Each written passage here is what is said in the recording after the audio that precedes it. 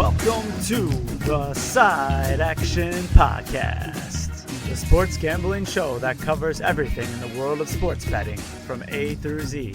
We'll cover the four major sports, as well as anything and everything in between worth some action, and will increase the size of your bankroll.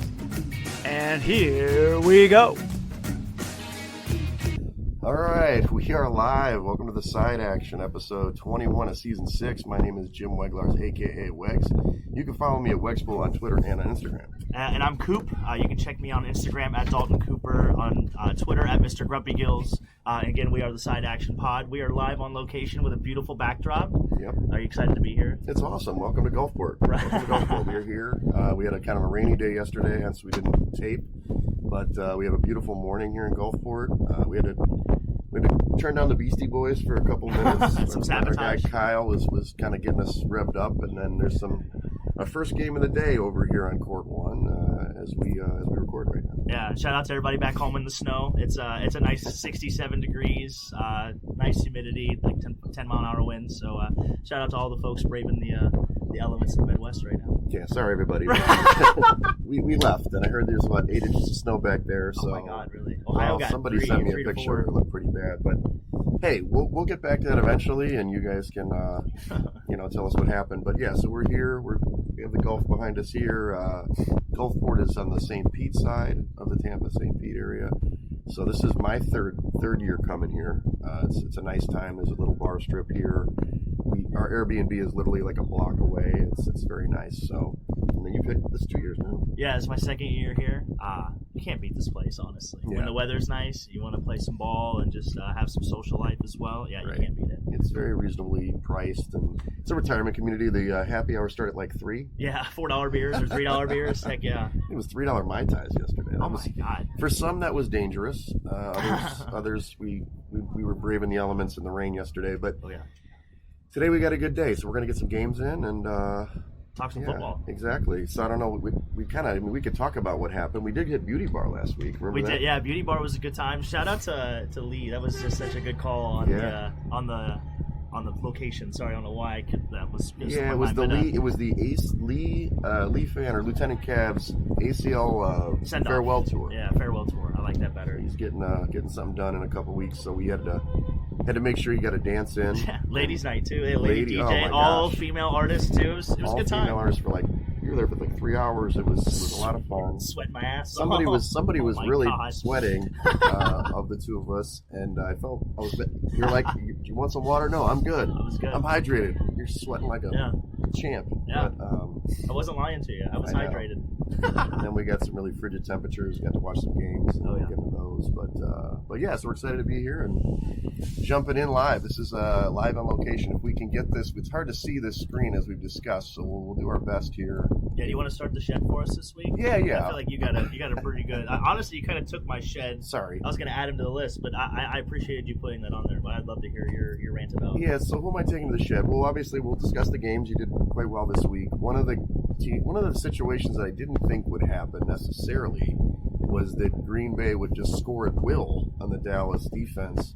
Okay, he can take those sunglasses. So I believe, at first I was like, well, I was at a family party, admittedly, so I didn't see all the action. But when I looked at the phone and it was 27-0, I was like, what the hell is going on here?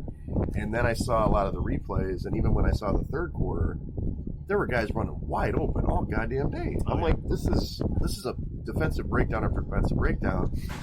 But then I kind of put together, Dan Quinn is in for some new jobs, and maybe he wasn't quite as focused on the game plan against Green Bay, whereas Matt LaFleur took him to school. So, Dan Quinn, you were in the shed.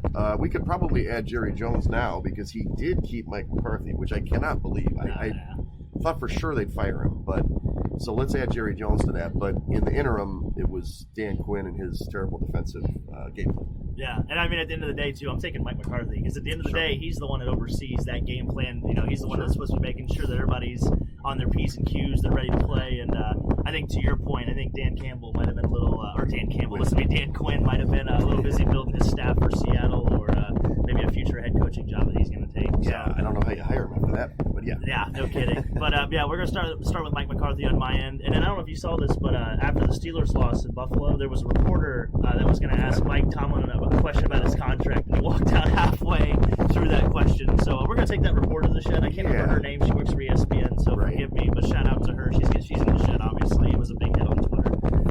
For sure. And then obviously the Toronto Maple Leafs, we're taking them to the shed this week. Okay. I know you're not real big into football. I'm not a puckhead. Yeah, that's perfectly fine. But the last 3 games, they did win last night, ironically enough. Okay. They were down 2-0 and came back and won 4-3. Nice. But the previous 3 games, they were up 2-0 and have lost all 3 of those games. So they're supposed to be a Stanley Cup contender this year. They're the first team in the wild card right now. They're not even in the division race at the moment. So it's just, I'm taking them to the shed. I feel like the expectation is so high for this organization that they should be able to be playing a little bit better than what they are, for sure. For sure. And then we'll end with the Eagles. The Eagles, really? Yeah, the Eagles are in the shed. They're worse than the shed, honestly. They're in fucking hell right now, I would say. Yeah. But yeah, they started obviously 10-1. They went 1-5 down the stretch. Monday night alone, and they're beat down by the Buccaneers. They had 13 missed tackles alone on defense. Yeah. So sorry. it was the highest missed total tackle from PFF since 2020. So it's been 3 years or 4 years now since somebody's defense has tackled worse than that. So yeah, they weren't good. They were not good. It was a nightmare. They were not good. So what about the Club Dub? Who got Club Dub this week? Oh man, well it's a pretty exclusive list actually. So this week we're going to add Jason Kelce. Yeah. Even though we took the Eagles to the shed, we can still give a shout out to Jason Kelce. Sure. Arguably the best center of all time. Depending on who you ask. Yeah. 13-year career, I believe, or 14-year career. I think he announced that he was going to 2 Super Bowls, right? Yeah, 2 Super Bowls. He announced he was going to retire. So shout out to him. We wanted to give him a little bit of credit. He's got a good podcast with his brother, and so on and so forth. So we also wanted to give a shout out and clubbed up to playoff rookie quarterbers this week. Played well. C.J. Stroud and Jordan Love combined for 6 touchdowns, no interceptions over the weekend. Who needs experience? Yeah, no kidding. They looked in control. The moment never looked too big for either one of them. I don't know what you can say about Jordan Love just destroying that defense. So, yep. I think the Houston game was a little more up and a little more probably leaning toward Houston. Yeah. You can see Houston, but to see the Packers go in there, it's the first 7 seed to ever win against the 2 seed since the format expanded. So, shout out to them. And then the Pacers, we're putting the Pacers in Club Dub. So they acquired Pascal Siakam the other night in a 3-way trade with the Pelicans. And the Raptors, of course. That's a nice move. Yeah, they're going to pair him with Tyrese Halliburton, who's having a great year. He's got a hamstring issue right now, but they expect him back in a couple weeks, maybe around the All-Star break. So, yeah, look out for the Pacers. You might want to put some future money for them maybe to win the East, or if you really want to get frisky, the NBA title. So nobody does basketball in the state of Indiana. Over the Celtics. But okay, yeah. I got you. I mean, that's good odds. Never know. Good odds. Well, for me, kind of on your line with the rookie quarterbacks, it's more the coordinators. I like Bobby Slowick from Houston. He came out against the quote-unquote number 1 defense. Now, we did talk even last week how Cleveland on the road struggled defensively, but they were look, when I saw them play, I thought they played terrible. Then I saw Dallas play, so Dallas was worse. But Bobby Slowick, I mean, he was lighting them up, dude. He was calling plays for Stroud to go deep, and they were just drilling those safeties. The Brown safeties had no answer. Kept them totally off balance. They really didn't need to do much in the second half because of the pick sixes, which we'll talk about. They also missed one with Nico Collins at kind of the beginning of the game too. That was like he overthrew him by like maybe a yard, so that could have been even a higher score if you think about it. They had the right game plan, and they were able to still run the ball a little bit. So shout out to him. He's probably going to be a head coach soon. You would think, we'll see. Sure. And then for me, Puka Nacua, we talked about him periodically throughout the season. The rookie receiver for the Rams. He may not win Rookie of the Year because of C.J. Stroud, but any other year he should have because he broke all the records. But he plays his first playoff game, was like 150 yards. I thought they had like 170 yards. Yeah. He was unbelievable. They could not stop him, and I guess I didn't see him play that much. It's the run after the catch. I mean, he would catch the ball, break tackles, and he's just physical. For a rookie, he really got it done. So that 5th rounder really paid off for the Rams. And welcome in. Do you know where he came from? You know what school? BYU. Yeah, Well, actually, he played at 2 schools. Okay. It was, I think USC then BYU. Yeah, I believe so. But yeah, he looks bigger. And like when you see him on TV, he looks huge. Like So he said, I don't know if you heard of the broadcast. They said that he's like the fourth or fifth, sibling in the family. He'd always get like piled on the bed, and he'd have to fight his way out. So he's used to like being physical for his whole life because he was a little guy.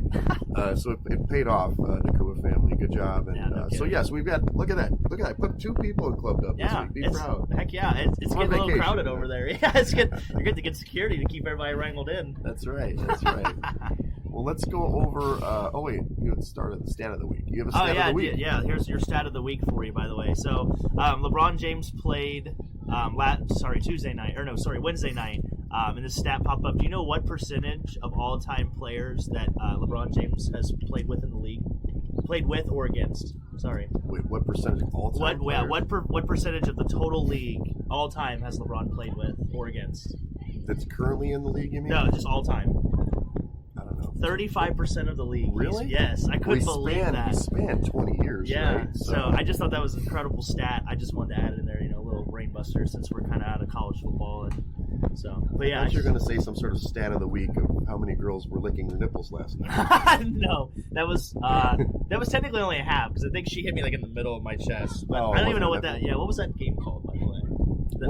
We were playing this game last night, a drinking game called Pinochle, but then I think you switched to Caliente or something. Yeah, I think it's the Caliente version of the game. Which is the game is basically a bunch of you put everybody's name in. It's basically truth or dare. It's truth or dare, but it's set up by AI, and then they say, Dalton, tell Wegs to do this to somebody or take 2 penalties, which is drinking. So, yeah, it was a wild one last night. Yeah. Sorry, I forgot to put that at the top. I just slipped that in there. No, that's okay. Well, we got to see like a lot of sexual positions examples. There was a top sexual position discussion. With there was a couple some pillows demos. got violated. Yeah, a couple pillows. Definitely. Not just there. pillows.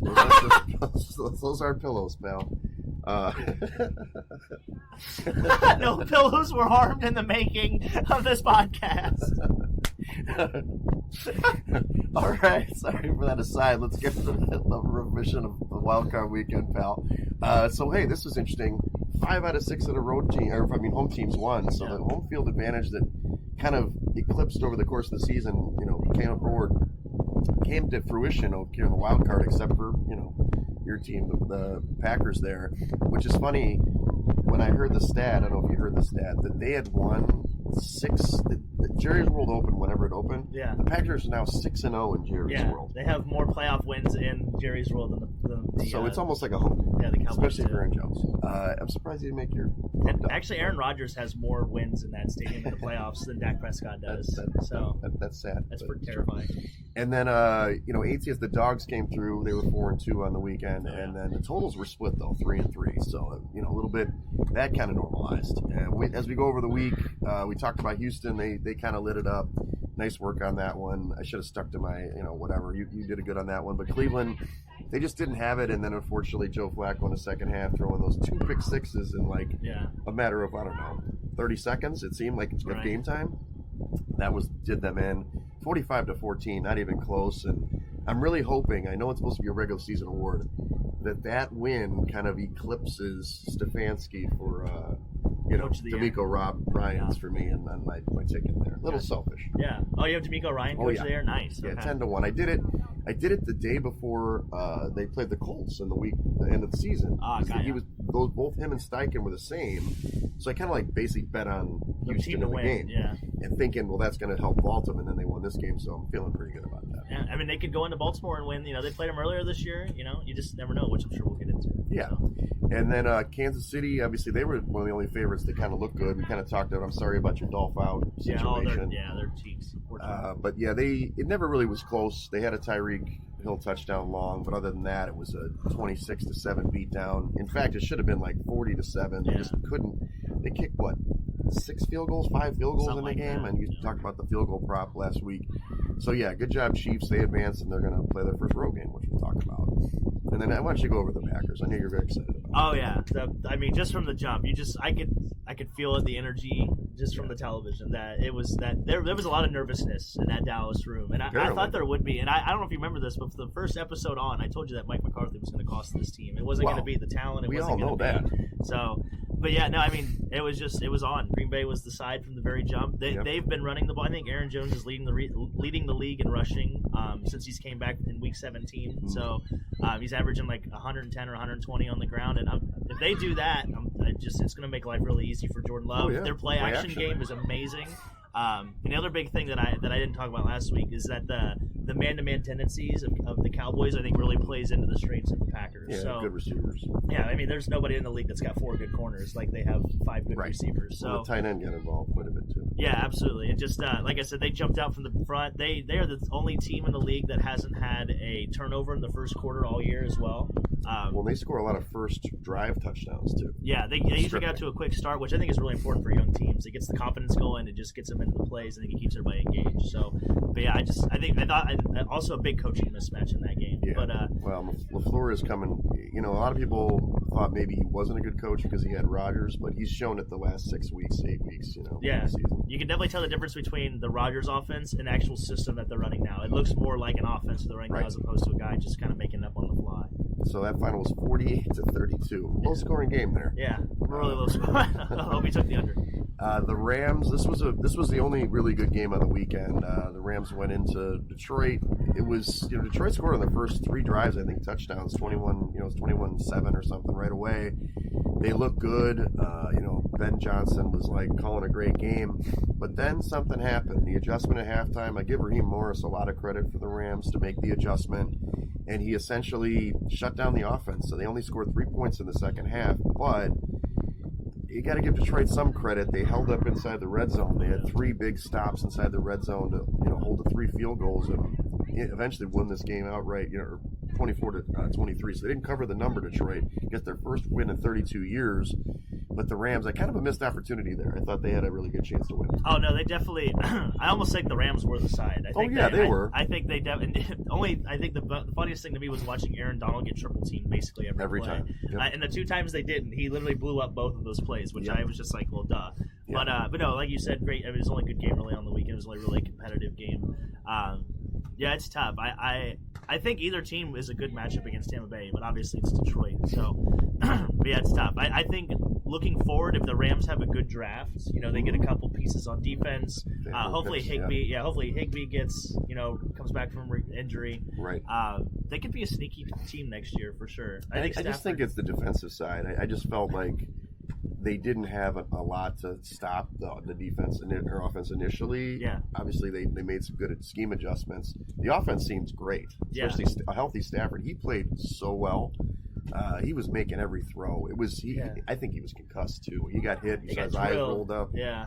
But he played so well, and it's a nice bounce back. 2 years, I guess 2 full seasons ago, he was the MVP, right? Right. And then he had a terrible year last year with his injuries. Yeah. He played really well this year, so. Yeah. No, and just the arm angles. I love that he can throw from so many different arm angles. Yeah, it's very Patrick Mahomes-esque, if you will. Exactly. So, but I think it's going to be interesting to see if they bring Cooper Kupp back, too. Yeah. I'm assuming they will, just because he's a good locker room guy, good culture guy. He's been there for a minute, and he's really good in the run game. So those guys are kind of valuable. So, but it's going to be interesting to see if they actually let him go now they got Puka. So right.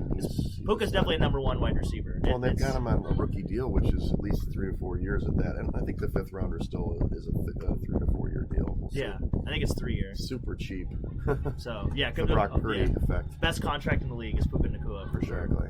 All right, so then the Buffalo game. Buffalo played against Pittsburgh. This was moved from Sunday to Monday, which was kind of nice to have 2 games each day a little bit. So this game was played kind of mid-afternoon on Monday. It wasn't as cold as anticipated. The snow was all cleared.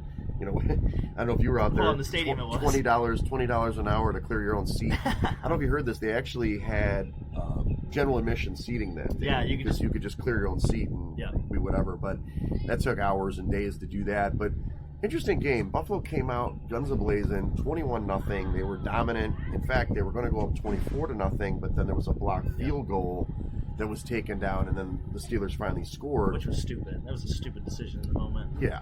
But then, I thought Mason Rudolph looked rattled in the first half, kind of what we talked about. He turned into a pumpkin, or as you saw, lost his red nose.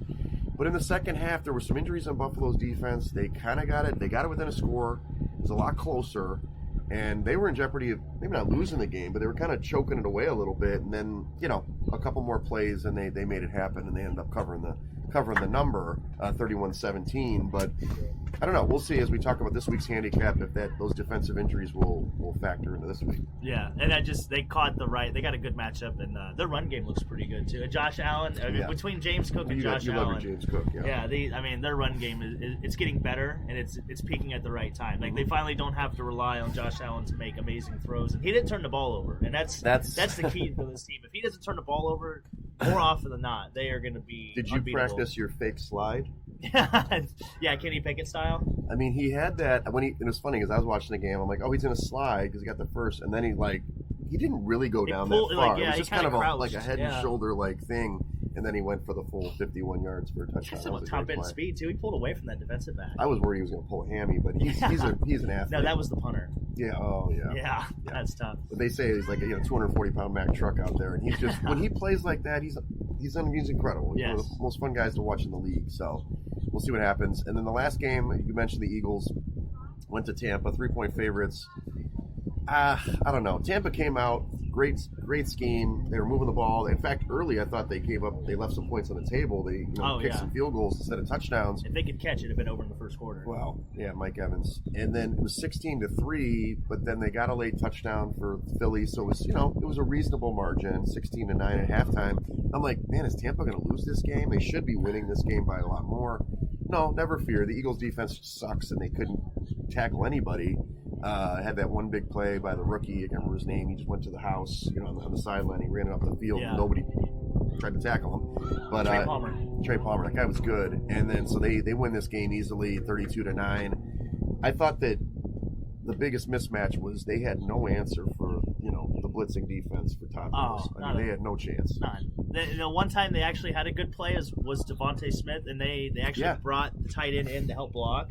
Every other blitz that they brought, they never brought the tight end to block, which makes no sense because I feel like that's like day one stuff. Day one, you got a chip. You got a chip. Well, at least you got to give yourself a chance to backpedal and get rid of the football. Like if you don't even give yourself a chance to get rid of the football, then what are we doing here? So. Yeah, it doesn't make any sense. There's something going on chemistry-wise in that locker room. Obviously Sirianni's going to stay. I'd imagine 2 new coordinators, coming next year. Well, they haven't made announcements that he's going. I know we talked about maybe he'd lose it, but it doesn't seem like it. I think there's going to be new coordinators for sure.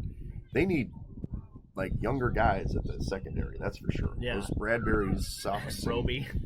Bradley Roby, man, those guys and it's not even that; it's just effort. They, I don't know if did you bad watch, angles. Did you watch the Manning cast or not? Yeah, I watched the Manning cast. I watched a little bit of both. Yeah. So Ray Lewis was on there in the fourth quarter when they were getting kind of eviscerated late, and he's like, "Look at this! You have to make a cup. 3 guys are supposed to surround the runner, and they're all trying to make individual plays, just kind of making swipe plays, and they don't surround the guy, and the guy went to the house. But it's all about attitude, and nobody's running to the football. So. Yeah, defense is all about effort, and so Matt Patricia. Yeah, right. He sucks too. I almost think they might have lost the team when they did that. I mean, because they had played a gauntlet. They had played 5 good teams. So the fact that their defense wasn't playing that great, I mean, it kind of makes sense when you're playing the Chiefs, the Bills, the Cowboys. You're playing these good offenses. And they were winning a lot of those games. Yeah. So maybe you're right. Maybe they were a little hasty with Sean Desai, getting rid of him. So. Anyway, and the Swift flop, whatever. Yeah, so. I don't want to talk about that. But did you end up betting some of the field goal props? Because some of the games had a lot of field goals, some of them didn't. Like the Cowboys game barely had any. Most of them are usually at 3.5 or 4.5. This is total for the game. Yeah, total for the game. So I did hit the over for the Chiefs game, and then I hit the over for the Tampa Bay game. Okay. So nice. Well, you had a good weekend. 5-1. I blog 5-1. I won some money this weekend. Nice. All right, let's go into the divisional round. We have not done very well with updating these injuries. I don't know if we end up checking the Bills stuff, but let's talk about come out today. Yeah, each team generally speaking. We know that the 49ers are really healthy for the most part. Yep. I think you said the Packers are pretty much healthy for that game. Except for Jair. Jair's still questionable. He's questionable? Yep. Okay. And then you have Baltimore relatively healthy, and you said Mark Andrews is practicing. We don't know if he's going to play yet for Baltimore. Yeah, he is back to practice this week. Actually, I think it was last week he even returned to practice. Yeah, so, he's returned from there. Yeah. To get a big boost from him, I think that's going to be huge for their offense. Well, I mean, they can run a lot more you talked about likely, and he helped you win a championship in fantasy. mean, he's got confidence through the roof. And Yeah. you've seen teams like Buffalo who had 2 different tight ends score touchdowns. I mean, if you have 2 tight ends on a team, I mean, you're able to get some things done. Well, especially with that running game. That 22 personnel gives defenses a hard time, too, because it's much easier to just flip plays. Right. So I can't remember what game it was the other night, but it might have been, actually, I think it was the Tampa game. That you could see them running a lot of 22 personnel, and they just check the other side. It's kind of that Madden when you're playing. It's like the red box, green box kind of deal. Just flip So, it over. yeah, it really helps your quarterbacks out. So I could definitely see them doing a lot more of that. I mean, Houston's healthy, but I think the biggest question mark is Buffalo. Like, where are they? I know that the one linebacker is probably not going to play. That looked like a pretty bad injury. They carted him off, and it was Achilles or calf or something. But they had, if Rasul Douglas comes back at corner, I think that really helps them, especially for the title.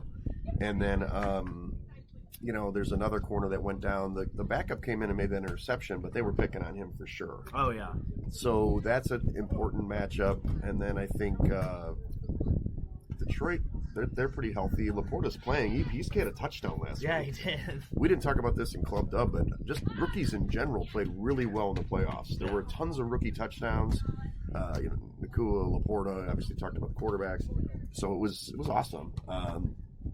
So anyway, we don't have any more. No, info here. it doesn't look like it's updated. These bastards don't want us to give information to our listeners here. They're real stuffy. But yeah, it doesn't look like it's updated today. Definitely want to check those if you're going to make some wagers this weekend on games. Yeah. Obviously, injuries are always a big part of it, but we'll get into that. And the Chiefs are relatively healthy. I mean, if Kadarius Toney's not playing, that's probably for the best. Well, let's talk about these sides. Yeah, he can't be offsides this time. Oh man, talk about these sides in total. So these games are broken down. There's two games each day, 2 on Saturday, 2 on Sunday. So the first game is Houston at Baltimore.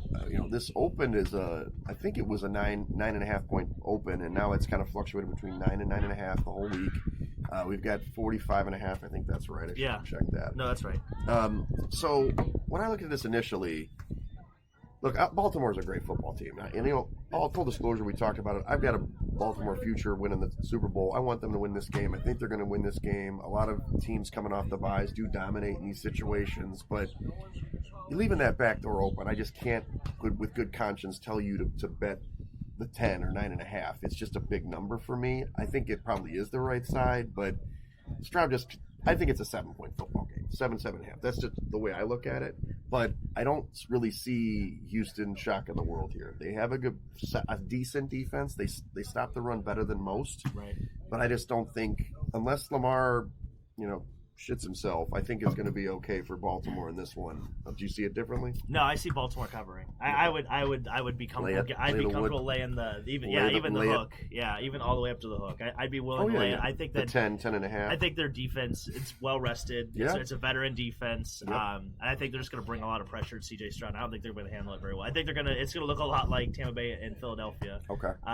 And I think on the other side, you could see Baltimore control the game from the jump. Running the football, possessing the ball. I think they're just going to play keep away. I really do. They're gonna be physical. I have no idea what the weather's like in Baltimore this weekend, but I could just see it being really cold, and I could just see the physicality just overmatching Houston. If they look, Houston doesn't run the ball great, but if they just completely shut down the run and put it in Stroud's hands to do everything, it's too much. Right? He's got to do more than that. So Devin Singletary's actually been pretty good the last probably 5 or 6 weeks of the season too. Yeah, but Baltimore's no joke. Their defense is good, and I think that they're seeing all those upsets last week. I think they're not going to play in this game. That's true, and I think that from the emotional standpoint too, I think it might have been a big. I don't want to say they may have lost a lot of their juice, just from last week. To quote Justin Lee today, we've got to shoot our load today, so I think they shot their load. Yeah, I think they did shoot their load. And plus, they were at home last week. Rookie team going on the road. They're not going to be able to communicate as well. Yeah. Hostile environment. Baltimore's going to be rocking. I don't see how they could possibly slow them down. I think it's going to be a runaway train. So would this be the biggest shocking upset of the weekend? I think, man, this might be like one of the biggest upsets of all time if that happens. I mean, you're talking 10-point underdogs here. Yeah. Rookie head but the coach, next team rookie is quarterback. about the same, so I'm just asking. That's a good question. What upset would be bigger? Would Houston over Baltimore? Let's talk to the next game because it's about the same spread. So same day, evening game. That's Green Bay against San Francisco at San Francisco. It's down to 9.5 now. We opened at 10. It's hovering around that 50.5, 51 points total. So they're seeing some points scored. most people believe that Green Bay is going to be able to score on this team because of the poor cornerback play for San Francisco, but I just don't think they're going to run the football like they could. I know that you love Aaron Jones, and he's had a great couple weeks, but they're going to stop him. And the other thing about Jones, and I'm not dogging him because, you always say that I'm mad at him because he didn't win my title, which he didn't. But he often has these, like, huge games, 3 touchdown games, and then has a dud the next week. Probably because the defense says we're not going to let this guy beat us, right? So that's what's going to happen. So that's the question is, can Love do it with his receivers without getting like 150 yards or 120 yards from Jones? And I just don't think so. But you may think differently. Oh no, I actually like Green Bay in this game. I don't know if they're going to win, but I actually think the big X factor here is going to be the mobility or the legs of Jordan Love. Okay. So he's a younger quarterback. He does move in the pocket really well, but I think they're going to actually move him around the pocket this week. I could see him maybe not necessarily having design runs, but maybe some more bootlegs. Right. Get him on the edge, get those linebackers moving. I think 10's too much.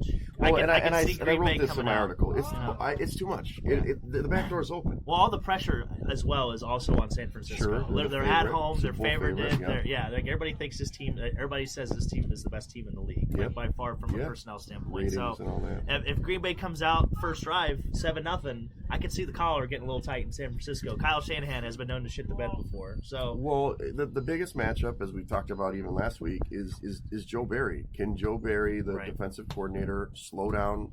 I don't think Brock Purdy's that great, but they've got all those weapons for San Francisco. Can they do what they did at Dallas, where they get out to an early lead, get the first touchdown, maybe put 10 points up in the first quarter, and make Purdy beat you? I mean, they're not going to abandon the running game in San Francisco. But my point is, put the pressure on. To your point, so I agree with you. I think it's too many points. Yeah. So to answer the upset question, clearly you think that Houston would be a bigger upset because you think Green Bay has a shot in this. Actually, I think Green Bay has a better chance of beating San Francisco than Houston does beating Baltimore. I think so too. So just from a personnel standpoint, from a matchup standpoint, I would lean more toward Green Bay. I don't think either one of them is going to win. It'd be cool if Green Bay won if I had to pick one, but.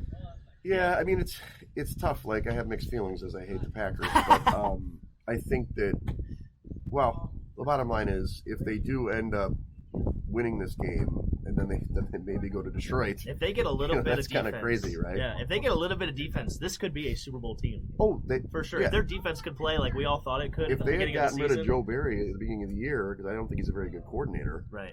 Because they have pretty good guys, especially up front. I like Sean Gary and stuff. I mean, they got some players, but absolutely. We'll see. I just think that it's going to be a high-scoring game. I did put in the article it's going to be under the 50.5, which seems stupid, but I just don't think there's going to be a fair amount of points. 50 is a lot of points anyway, but you can see a 27-24 game. Yeah, something like that. I mean, it's right around that number.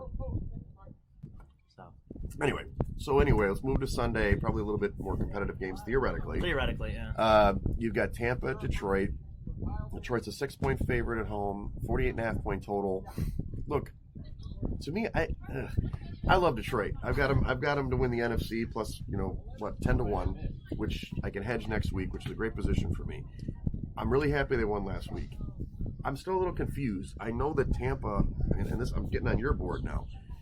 Tampa's defense played great. Vita Vea is an animal. That dude is a beast. So if you're not going to run against them, because they didn't in the first matchup that they beat them, they didn't even try to run. Right. But you got to run sometimes, especially with Gibbs and stuff. I don't know, dude. I just feel like it's a bad matchup because when Todd Bowles is calling his defense the way he can call it now, because he's got a full complement of healthy players, it's going to be a tough one. I'm not saying they're not going to win the game, but when this line went from 6 to 6.5, I was confused. I was confused at 6. I had it like 4. So I'm just like, they barely beat the Rams. Maybe I'm missing something here. You like Detroit in this one? I do. I think the big factor in this one is going to be them being at home. Sure. I think Tampa being at home last week actually helped them out quite a bit from a communication standpoint. And I think them going to Detroit, it's going to make that really hard. And I think it's just the just the spirit, if you will. Just like the energy you're going to get from the crowd, I think is going to be really overwhelming. It's going to be just Jared Goff at home is better. And to your point, I think they actually will run the football this time. They have to. And to your point, I think Tampa kind of shot their wad last week. I think that might have been the best game they've played all season. Especially Baker, 350 yards or something. Granted, it was against a defense that quit, 4 weeks ago. But Yeah, to your point, I mean, the Tampa Bay defense is getting healthier, Todd Bowles, but I almost think that Detroit can handle the blitz a little better because I think their offensive line, their offensive line is obviously not as seasoned as Philadelphia, but I think they're a lot more athletic than Philadelphia's, and I think they'll be able to handle that blitz a little bit better. What about the total here? And Ben Johnson. I think Ben Johnson is a better coach than anybody you can name on Philadelphia's staff. So. I thought that too, except when I saw how the Rams shut them down in the second half. I was like, they didn't have a counter punch, which really, because the Rams defense isn't as good as Tampa's. So I was just a little worried about that. So, yeah, it's okay. I mean, I'm being more conservative with these spreads. I have Detroit winning the game, but I picked the dogs in the first 3 games. I can see the over here, too. I think both these defenses are susceptible to giving up big plays. And, I mean, both teams have really good wide receiver cores. So. Yeah, Detroit wants to stop the run. They don't stop the pass. Right. And you've got, two or now the three, and Otten's playing well, and then obviously the rookie you mentioned. Plus, Godwin and Evans played so bad, he's going to play better this week. Yeah. I mean, Jesus, he looked terrible. He can't drop another touchdown, right? Yeah. Last game, kind of the marquee game. This is Sunday night. This is Kansas City at Buffalo. First time Kansas City's ever played on the road with Patrick Mahomes in the playoffs. Right. So this opened at 2.5. It's up to 3 now for Buffalo. It's hovering around that 45.5, 46 point total. When I first got this, I love Buffalo, dude. I mean, I love fucking Josh Allen. He's my guy. He's my guy. Like, I love that guy. But these injuries are scaring me a little bit. Narratively, it's pure fandom, fanboy. Buffalo's beat them in the playoffs at Kansas, or not? They've lost in the playoffs in Kansas City, but they've always played well there. Maybe there's pressure for them, but I just feel like they're gonna come out and try to destroy them. The problem is the injuries. So maybe Kansas City can score with them, which I didn't think they could do 2 weeks ago. I'm still sticking with Buffalo, dude.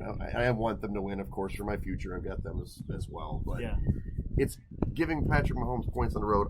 I know makes sense. It's just I can't do it. I think Buffalo's going to win the football game. Say my heart wants Buffalo to win. My head tells me to pick KC. It's the better coach, the better quarterback. And to your point, they're getting points on the road. Mm-hmm. The big thing here to me is if Pacheco if they can continue to run the football with this team, because I think this whole team is predicated on time of possession because their defense is so good. Right. But I think their defense can wear down if they don't control the ball, obviously, just like any other team. So I think they can do that with the Bills just because of their injuries. So to your point, I like KC. I think Travis Kelce is finally going to show up. Maybe score a touchdown, mess around. Maybe he'll catch the ball. Maybe he can get he have open. 5 drops last week? Man, anyway. But is Taylor going to be there?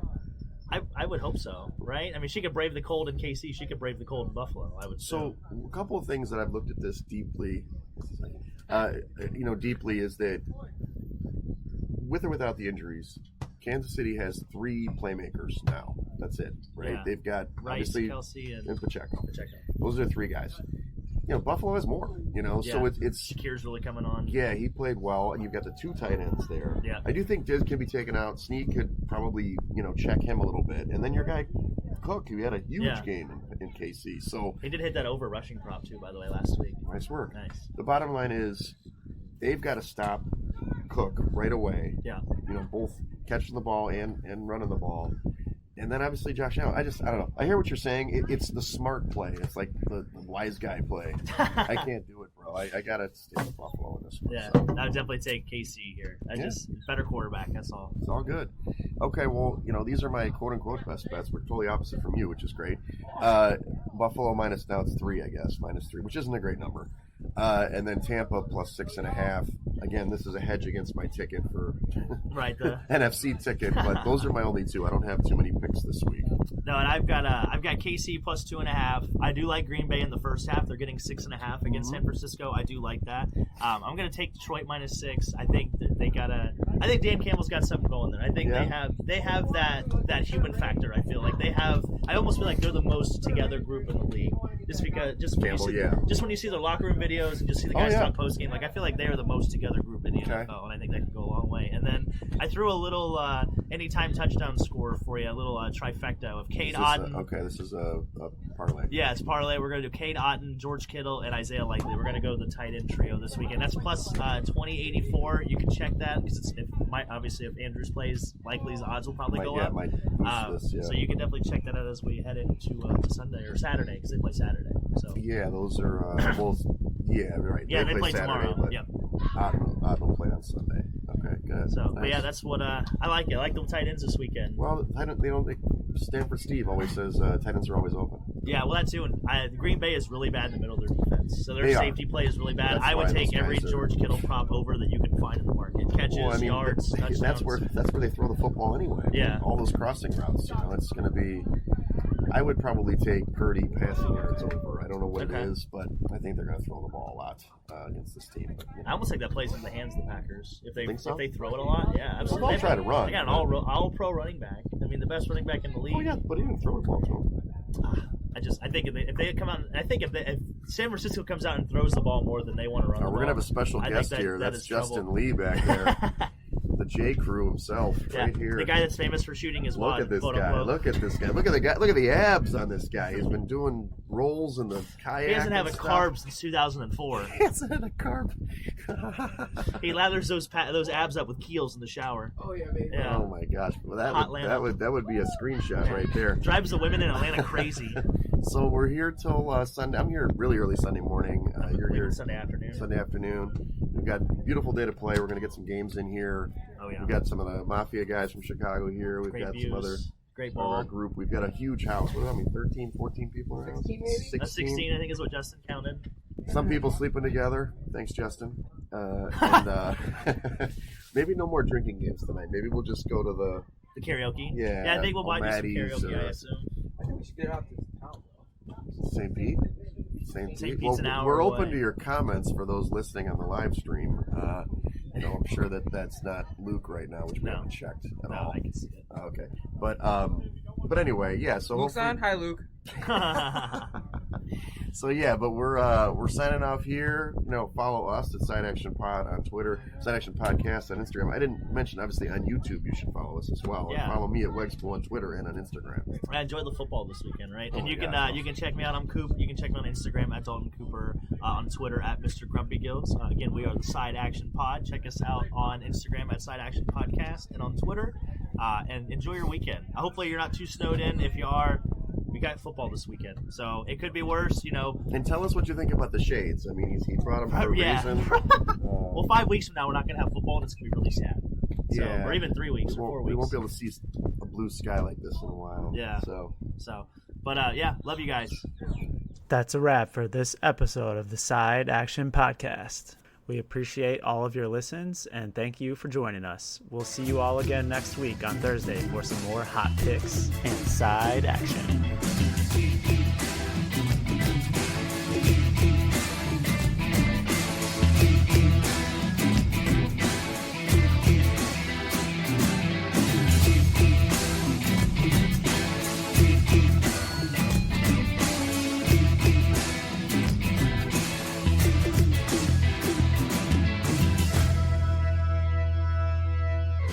Side Action Podcast, its owners and associates take no responsibility for the opinions or statements made by the show hosts or their guests.